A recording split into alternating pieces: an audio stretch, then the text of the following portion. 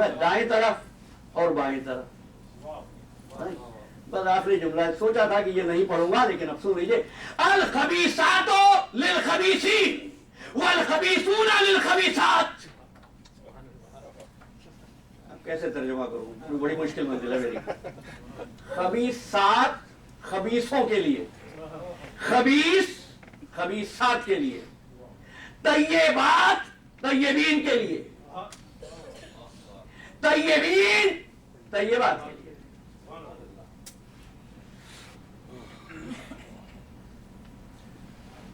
بھیا دیکھیے، میں تو صرف اس تلاش میں کہ مطلب کیا ہے، نہ معلوم کتنی راتیں میں نے جا کر گزار دی، اور جتنی تصویریں دیکھی سب نے کہا کہ خبیث عورتوں کی شادیاں ہمیشہ خبیث مردوں کے ساتھ ہوتی ہیں،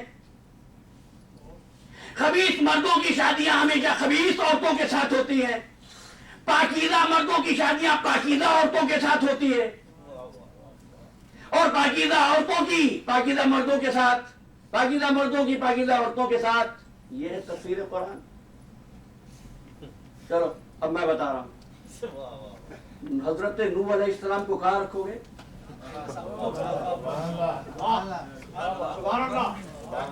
آگے بڑھو. آسیہ بی بی کو کہاں رکھو گے؟ زوجہ لوط کو کہاں رکھو گے؟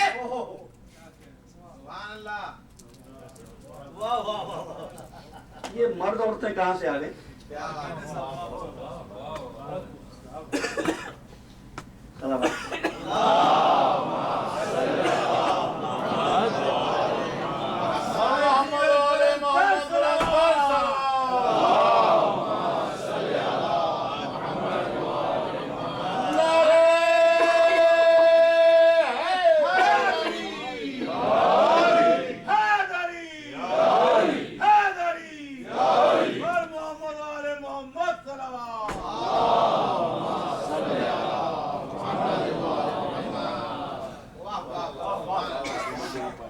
دیکھیے،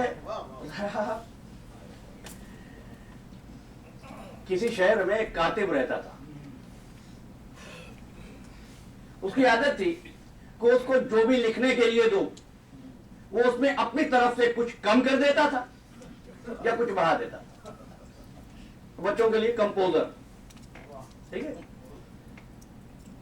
اس زمانے میں قلم سے سیاہی سے وہ کاتب ہوتے تھے، اب بھی ہوتے ہیں. ایک صاحب نے ان کو قرآن مجید کا ترجمہ دیا. ساتھ نے ہاتھ جوڑ کے کہا کہ بھائی یہ اللہ کی کتاب ہے، اس میں نہ کم کرنا نہ بڑھانا. اس نے کہا میں کو پاگل ہوں، اللہ کی کتاب میں کمی زیادتی کروں؟ تو آپ کتابت مکمل ہو گئی. ترجمہ لے کر آ گیا ان کے پاس، کاپی لے کر. کہنے لگے دیکھیے میں نے پورا ترجمہ، پوری ترجمے کی کتابت کر دی ہے، اور دیکھو میں نے کوئی لفظ بڑھایا نہیں ہے کیونکہ تم نے بتا دیا تھا اللہ کی کتاب ہے. لیکن ایک بات نے مجھے بہت پریشان کیا.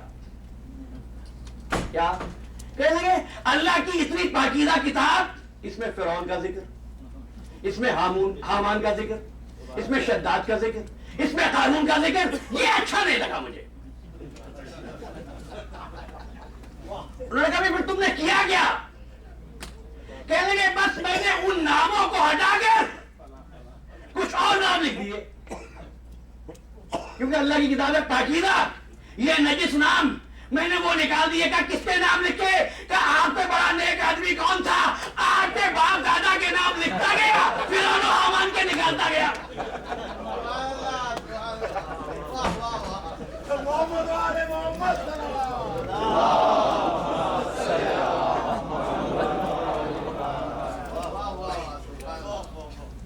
چلیں واپس آئیے. الخبیثات للخبیثین، خبیث عورتیں خبیث مردوں کے لیے. نہیں بھائی، آیت نے عورتیں نہیں کہا، تم عورتیں کیوں لکھ رہے ہو؟ آیت نے خبیثات کہا، تم خبیثات کہو. آیت نے خبیثون کہا، تم خبیثون کہو. آیت نے طیبات کہا، طیبات کہو. طیبون کہا، طیبون کہو. طیبین، طیبات، خبیثین، خبیثات. پہنچ گئی نا بات آپ تک؟ اب بتا رہا ہوں عزیزان محترم، احتجاج تبرسی، فرعون شام کا دربار، امام حسن علیہ السلام کی موجودگی، فرمایا تو کیا سمجھتا ہے کہ یہاں پر قدرت کس چیز کی بات کر رہی ہے؟ قدرت یہ کہہ رہی ہے خبیث طینت کے لیے خبیث روح، طیب طینت کے لیے طیب روح۔ اور دیکھ جس طرح پروردگار عالم نے تم سے طیب چیزوں کو دور رکھا ہے، ایسے ہم سے خبیث چیزوں کو دور رکھا ہے۔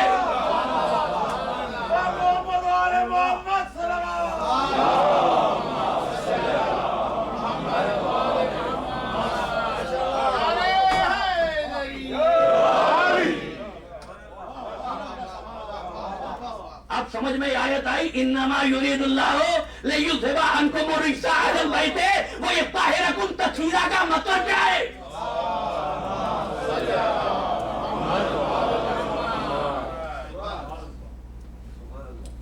شاہ فخر کیا تھا اس نے، کیا میں ہندا کا بیٹا ہوں۔ مولا نے مسکرا کے کہا کہ میں تو یہ بھی نہیں کہہ سکتا کہ میں تجھ سے افضل ہوں، اس لیے مقابلہ ان چیزوں میں ہوتا ہے جن کی جنس ایک جیسی ہو۔ جس طریقے سے تیرے پاس طہارت کا گزر نہیں، میرے پاس نجاست کا گزر نہیں۔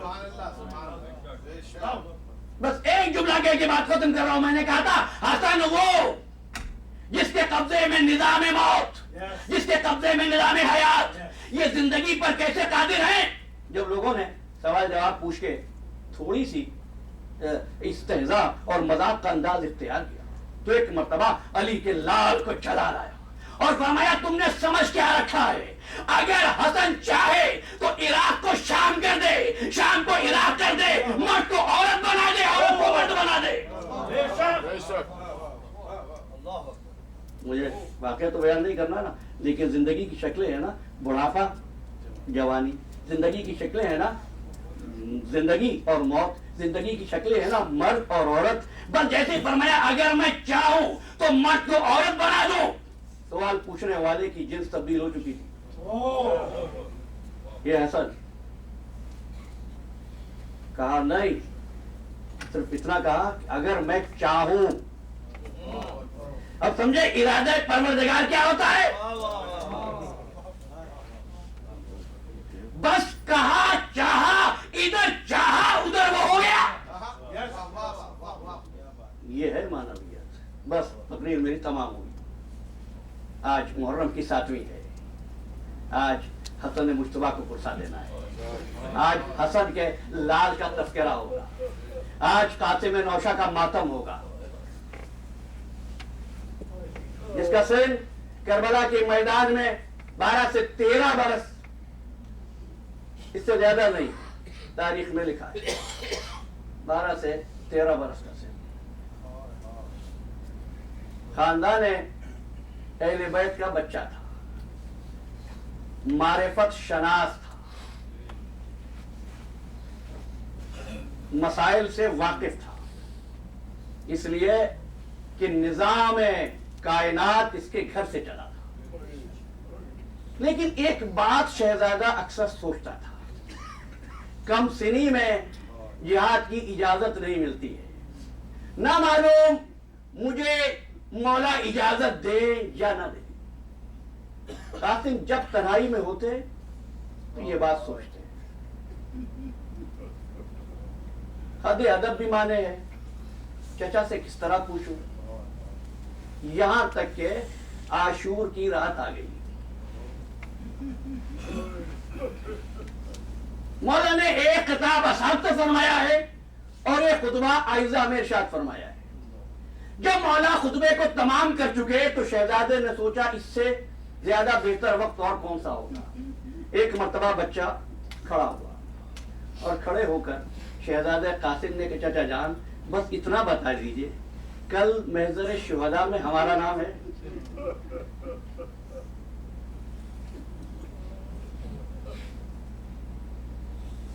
مظلوم کہنے لگا بیٹے تیری کیا بات، کل تو تیرا چھوٹا بھائی علی اصغر بھی شہید کر دیا جائے گا. قاسم جلا گیا. ایک انگڑائی لی کہ بندے قبر ٹوٹ گئے. چچا جان کیا فوج بے حیا ہمارے خیموں میں آ جائے گی؟ قاسم کو سینے سے لگا دیا. نہیں قاسم بیٹا نہیں.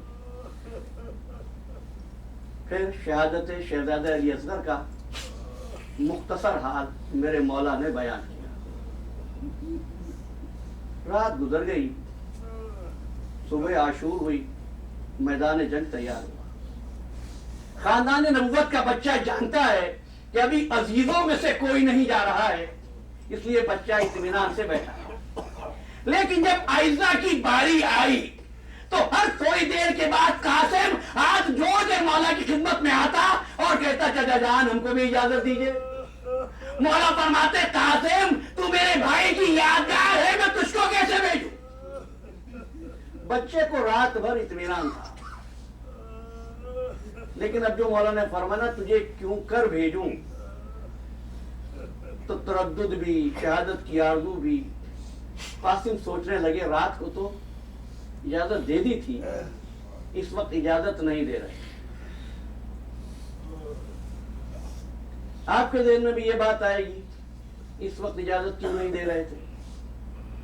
تدارو رات کو جو کچھ فرمایا وہ علم امامت سے تھا. اس وقت جو فرما رہے ہیں یہ آئین شریعت میں ہے.